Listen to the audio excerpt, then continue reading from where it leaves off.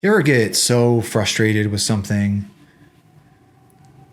that your blood like feels like it's boiling? You ever get so confused by someone's decision making? It makes you wonder why.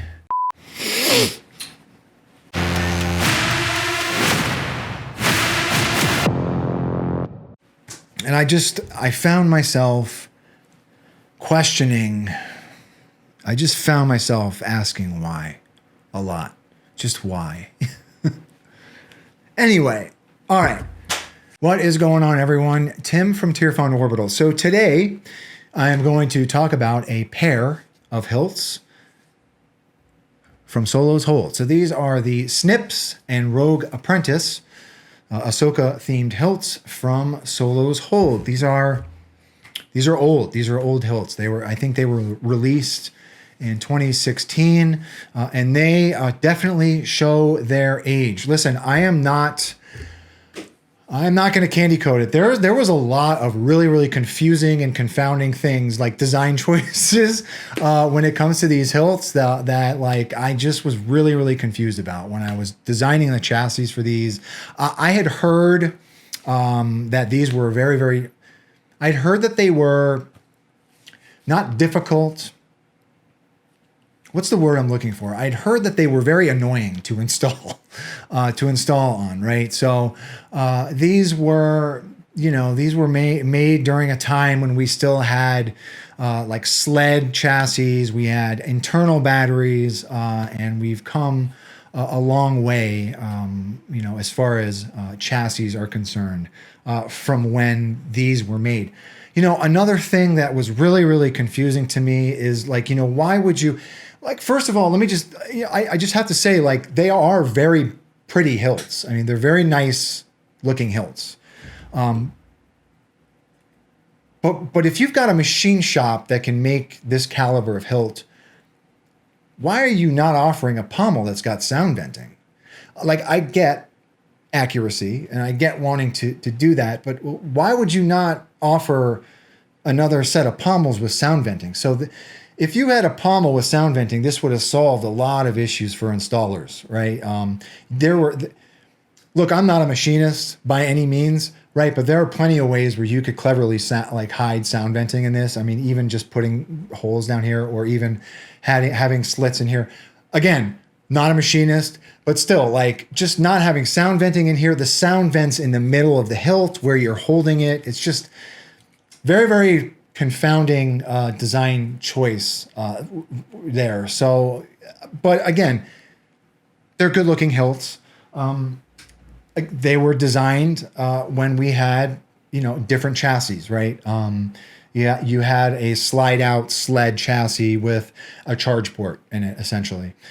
So little bit of a challenge to design a chassis for, because I knew that I did not want to go with like a sled chassis or a tethered chassis, right? We're not in 2016 anymore. I wanted to do something. I wanted to do a removable chassis for this.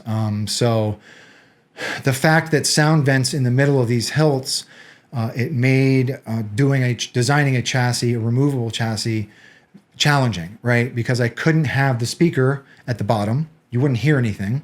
I couldn't have the speaker at the top, obviously. So it was really challenging. I went through a number of test prints and test fits. Both hilts are not the same internal diameter, right? So obviously we've got the shoto here, and in the pommel, it's a thinner internal diameter than the main hilt.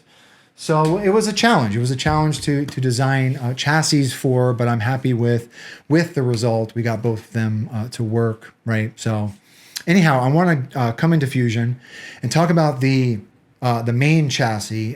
The smaller shoto chassis is the same concept. It's just smaller, obviously.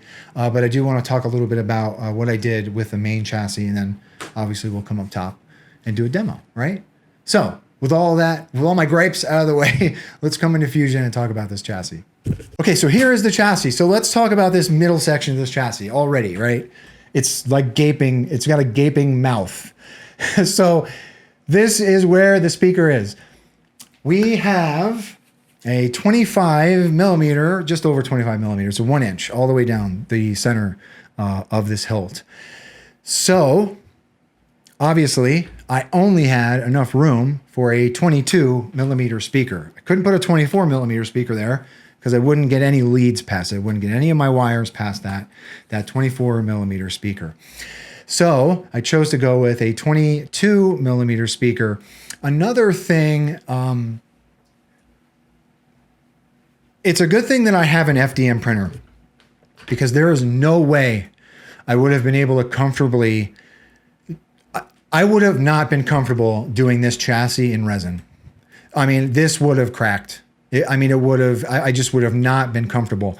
I'm really, really happy with the amount of strength that we have in PETG carbon fiber. I did both of these in PETG carbon fiber, right? But yeah, middle of the chassis. I've never done a chassis like this where the speaker's in the middle and the board's above the speaker, and very, very different approach, right? So I guess we'll start at the bottom. I've got a cap down here because I've got to wire up my negative lead, bring it up this spine all of the way past that speaker so I can get it up to the board. Okay, so once I bring that all the way up, I can put that cap in place. Here is the positive tab. I wire that up with 2 leads, right? One's going to go to the board, one's going to go all the way up to that PCB. No kill switch in this build, by the way. You are the kill switch by putting the battery in. So I got 2 leads coming from that tab that are going to go past that speaker as well. And then of course, I wire up my speaker and bring my speaker leads up to the board. And then that speaker just kind of sits in here, right? On each side of the chassis, I do have Gravely panels. So these were both done in resin, and then I just slapped them on the side of the chassis. Proffie board is up here. It is a tilted Proffie board setup. 6-rail PCB is up top. So right, so not your run-of-the-mill chassis. Again, like I've never done a chassis like this, where you've got the speaker like smack dab in the middle of the chassis. To my surprise, it actually doesn't sound awful, right? So anyhow, let's come up top. All right, so here they are. Snips and Rogue Apprentice. Listen, I'm not in any way saying that these are bad looking hilts. They are very good looking hilts. They are not install friendly hilts, is what I am saying. I just don't understand some of the choices that were made when these when these were designed. Anyhow, so we'll start with the Rogue Apprentice, right? So we've got our typical bunny ears. These were sent to me unassembled, so a lot of parts in these, which is par for the course with Solo's Hold. They come with a lot of parts. So I assemble all of this after I designed the chassis and installed them. So up top, there is an upper PCB that holds our lit PCB emitter, as well as our tactile switches and the male end of our PCB holder, okay? So let's talk about how to use this first. I'm gonna unthread that pommel. Threads sound a little rough there. I'll grease those up before I send this back to you, the customer. Here's the main chassis, okay? To use this guy, you wanna take your battery, flat side of your battery is down towards this, well, the speaker's not down there, so spring side is your negative. I am no Jedi. So no kill switch in this one, so once you put your battery in, you'll hear that speaker. You'll hear that audible cue. All right. So once you get your battery in, you can slide your chassis all, actually, this is the way I've been doing this. So I take the pommel, I slide the chassis all the way in the pommel, and then, whoops, I thread the whole pommel in the hilt, right?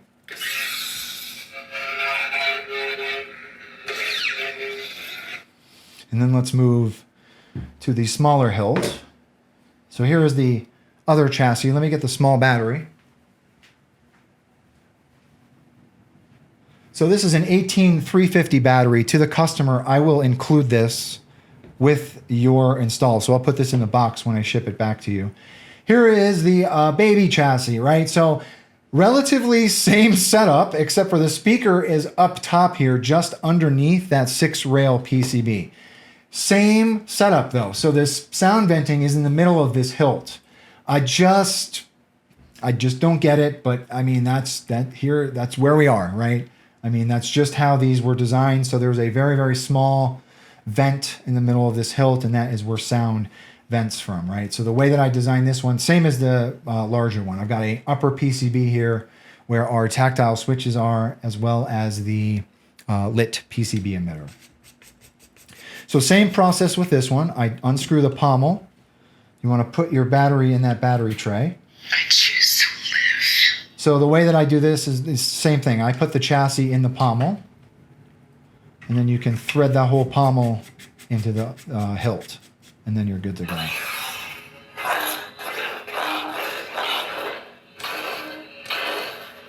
All right. And that's it. So let's come down to the bottom. So here they are.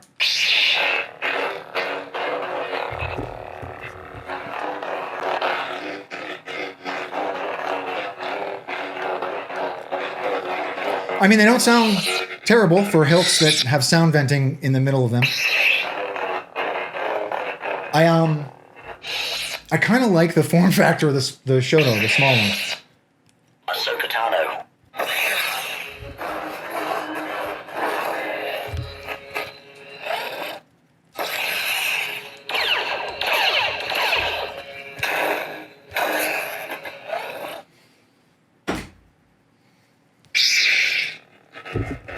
So I put mostly Ahsoka fonts on this at the request of the client.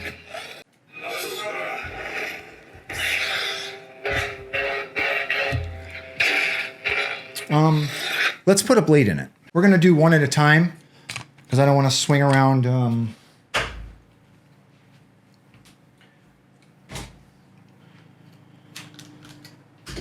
We're going to do one at a time because I don't want to break something in here, right? So 1-inch blade holder. There is a set screw right here. You want to rest your blade on those PCB pins and then tighten your set screw. You're ready to go.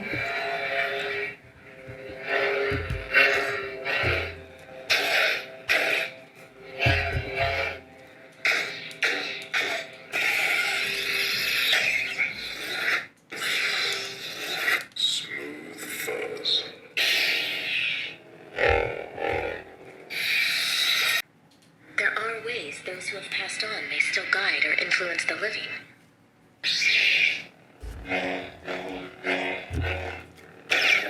All right, let's try the shoto.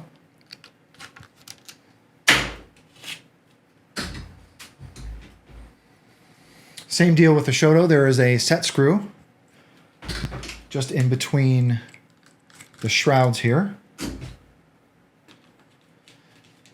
It's always so strange having such a small hilt with a large blade. There you go.